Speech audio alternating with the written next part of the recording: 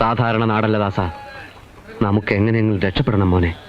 Launch കയറി ഗൾഫിൽ പോകാനുള്ള എല്ലാ പദ്ധതികളും തയ്യാറായി കഴിഞ്ഞു. ഈ സമൂഹത്തിന് നമ്മളെ വേണ്ടടാ. പക്ഷേ നമുക്ക് പല സാമ്രാജ്യങ്ങളും വെട്ടിപ്പിടിക്കാനുണ്ട്. അത് ബാങ്കിനെ വഞ്ചിക്കലാവില്ലേ? ആ ശരിയാ. എല്ലാ വലിയവന്റെയും വിജയത്തിന്റെ പുറകില് ഇതുപോലൊരു കറുത്ത പാട് കാണും. അതുകൊണ്ട് നീ എതിര് പറയരുത്.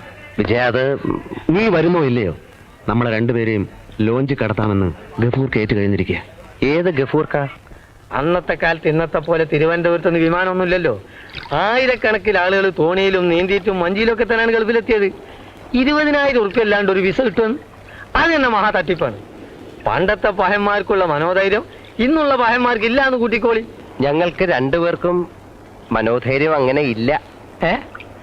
അല്ല വേണ്ട, എനിക്കുണ്ട്. കേട്ടിന് എനിക്കുണ്ട്. പക്ഷെ നീന്തണം. നീന്ത്?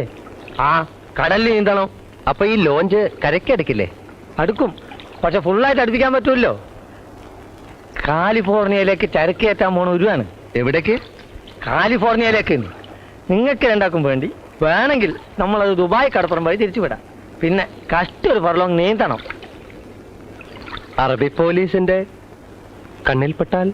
അതിന് അറബി പോലീസിലെ മൂക്കിന്റെ അകത്തേക്കല്ലല്ലോ നിങ്ങൾ നീന്തി കയറുന്നത്. പോലീസും കില്ലീസും ഒന്നും ഇല്ലാത്ത ഒരുപാട് കടപ്പുറം ഗൾഫിലുണ്ട്. അത് ഗഫൂറിന് നല്ലപോലെ അറിയാം. നിങ്ങളൊരൊറ്റ കാര്യം ചെയ്താൽ മതി. 2 അറബിന്റെ ഡ്രസ്സ് കരുതണം. അതെന്തിനാണാവോ?